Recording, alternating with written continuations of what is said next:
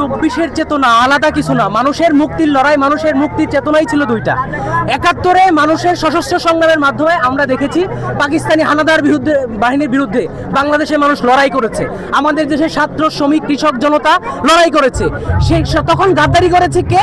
তখন গাদ্দারি করেছে জামাত শিবির, আল বদর আল শামসা। আমরা দেখি ওই যে গাদ্দাররা যারা বাংলাদেশের মুক্তিযুদ্ধের সাথে গাদ্দারি করেছে, বাংলাদেশের স্বাধীনতার সাথে গাদ্দারি করেছে, তারা এই 24-এর পর আমরা দেখছি তাদের যে ওই গাদ্দারি কোনো ভুল স্বীকার না করে তারা তাদের যে এই যে মুক্তিযুদ্ধ বিরোধী যারা ছিল, যারা ওই সময় আমাদের মা বোনদের ধর্ষণ করেছে, মুক্তিযুদ্ধে বা মুক্তি বাহিনীকে যারা হত্যা করেছে, ওই হানাদার বাহিনীকে যারা সহযোগিতা করেছে, তাদেরকে আমরা দেখি যে এই ছাত্র শিবির, জামাত শিবির তারা পুনর্বাসনের চেষ্টা করছে। তাদের ছবি টিএসসিতে তারা ঝুলিয়ে রেখেছে। আজকে সারাদিন এটা ঝুলেছিল। আমরা আমাদের প্রশাসনের নীরব ভূমিকা দেখেছি, এখন পর্যন্ত এই ছবি সরানো হয়নি। আমরা এর প্রতিবাদে আমরা রাস্তায় নেমেছি। আমরা মনে করি জুলাই যে মানুষ রাস্তায় নেমেছে 71-এর মুক্তিযুদ্ধকে ধারণ করেই, এই মুক্তির আকাঙ্ক্ষাকে ধারণ করেই তারা রাস্তায় নেমেছে।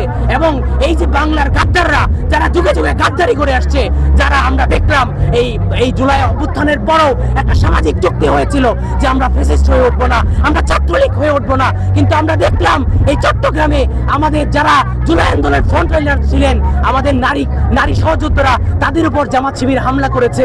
আমরা দেখলাম রাজশাহী বিশ্ববিদ্যালয়ে জামাত শিবির হামলা করেছে, স্টুডেন্ট ফর সভারেন্টি নাম নিয়ে আদিবাসীদের উপর হামলা করেছে। এই যে জামাত শিবির তারা যুগে যুগে গাদ্দারি করে গিয়েছে, আজকেও তারা গাদ্দারি করছে। এই জামাত শিবিরের বিরুদ্ধে, এই গণহত্যাকারীদের বিরুদ্ধে আমরা আজকে টিএসসিতে স্লোগান দিচ্ছি। এই হচ্ছে আমাদের কথা।